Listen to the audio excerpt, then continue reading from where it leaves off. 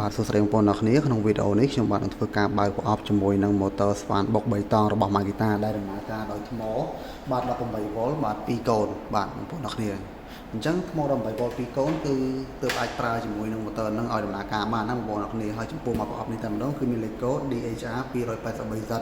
ដែល Z នៅខាងចុងបញ្ជាក់ថាប្រអប់នឹងមិនបានរួមបញ្ចូលជាមួយនឹងថ្មនៅឆ្នាំងសាកទេអញ្ចឹងបងប្អូនអ្នកគ្នាត្រូវទិញឈុតថ្មថែម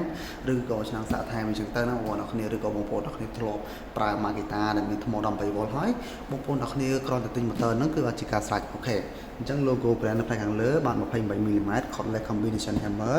បាទ LST AVT BL HPT AWS LST នេះបញ្ជាក់ថា motor នេះប្រើថ្ម 18V AVT បញ្ជាក់ថា motor នេះមានបច្ចេកវិទ្យាកាត់បន្ថយរំញ័របាទហើយនេះគឺជា BL motor បញ្ជាក់ថា motor នេះជាប្រភេទ motor មិនប្រើធ្យូងហើយ HPT ការពារសំណើមនឹងធូលី AWS មានបាទប្រព័ន្ធបាទបូមធូលីបាទដោយភ្ជាប់ Bluetooth ដោយមិនបាច់បាទទៅចុច motor បូមធូលីដំណើរការទេគឺយើងគ្រាន់តែចុចកុងតាក់ឲ្យដំណើរការគឺបាទ motor បូមធូលីដំណើរការដែរហើយអូខេណាតោះជិះមើលផ្នែកខាងនោះបាទផ្នែកខាងនេះអត់អីទេបើកទៅប្រអប់អូខេអញ្ចឹងក្នុងឈុតហ្នឹងបាទវាមកជាមួយនឹងនេះបាទហៅថាខ្លាញ់បាទខ្លាញ់ច្របាច់ដាក់គូតផ្លែនៅពេលដែលយើងស្វានគឺយើងសោកផ្លែស្វានចូលគឺយើងត្រូវតែច្របាច់ខ្លាញ់ដាក់នៅគូតផ្លែជិះវាងបាទវាគាំងគ្រាប់ឃ្លីគាំងតាអីផ្សេងៗអញ្ចឹងណាអូខេបងប្អូនអត់ទេដឹងទេអូខេបាទអញ្ចឹងឈ្មោះវាហ្នឹងគឺស្អីគេ Grease lightly the shank of the bed ណានេះឈ្មោះរបស់វាអូខេបាទអញ្ចឹងមានប្រភេទណែនាំពីការប្រើប្រាស់របស់វាផ្ទាល់នេះ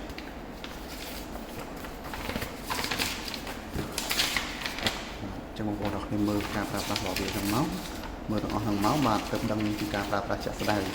ខេហើយស្ពេចរបស់វាផងដែរនេះបាទDHR283 ហ្នឹងគឺមានទម្ងន់បាទទម្ងន់5គីឡូណាបូកមួយថ្មហើយ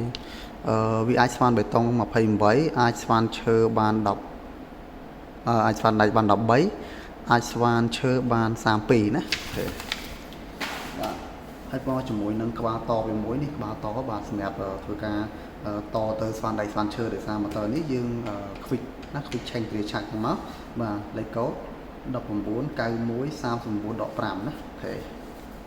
អរមែនតើបាទហើយមកជាមួយនឹងកណាត់មួយបាទកណាត់នេះគឺយើងជួសសម្អាត motor មុននឹងដាក់ចូល stock វិញឬក៏យើងជួសសម្អាតផ្លែអញ្ចឹងទៅណាបងប្អូនអ្នកនេះមាន logo brand Makita នឹងទៀតអូខេ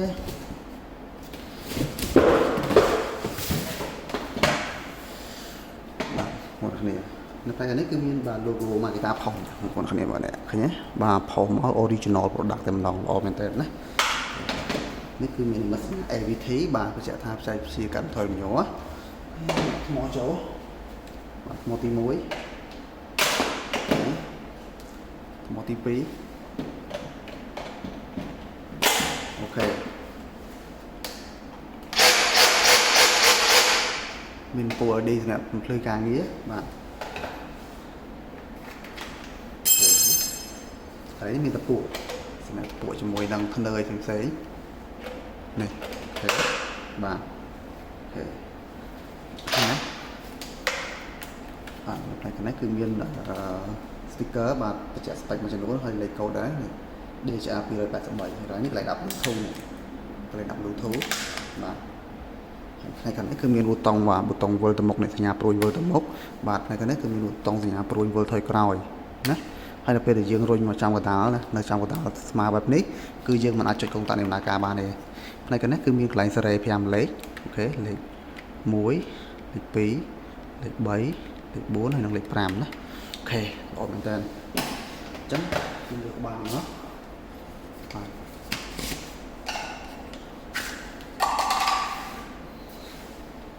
ពេលយើងដោកបានស្រួលទេបងប្អូនអ្នកនេះឃើញក្បាលរបស់វានេះបាទនេះអានេះសញ្ញាជាប់អានេះសញ្ញាដោះយើងកាច់គ្នាមកនេះកាច់សម្បងមកហ្នឹងមកបានហើយដូចគ្នានេះដូចគ្នាណាដាក់ចូលយើងរុញហើយកន្លែងមើលស្មើដៃហ្នឹងមកយើងកាច់មកវិញមកហើយបាទអាចស្វានដៃស្វានឈើឲ្យស្រួលណាអូខេវិញអូខេ cool ណាបាទ អូខេនៅខាងនេះមាន logo បាទ BL motor បញ្ជាក់ថា motor នេះអត់ប្រើខ្ជុំទេបាទអូខេនេះមានសញ្ញា31 V អូខេនេះគឺកាច់របស់ function បាទស្វានបុកស្វានបាទស្វានដៃស្វានឈើស្វានបុកបវលផ្លែហើយនឹងបុកបំបែកអូខេនៅកន្លែងនេះគឺមានបច្ចេកវិទ្យាកាត់បន្ថយរំញ័រនេះអូខេឃើញសើដាច់គ្នាឃើញទេបាទកាត់បន្ថយរំញ័រកន្លែងនេះក៏មានបច្ចេកវិទ្យាកាត់បន្ថយរំញ័រនៅក្នុងទូ motor ក៏មានបច្ចេកវិទ្យាកាត់បន្ថយរំញ័រ AVT បាទ anti vibration technology ចឹងមកអូខេល្អមែនតើណា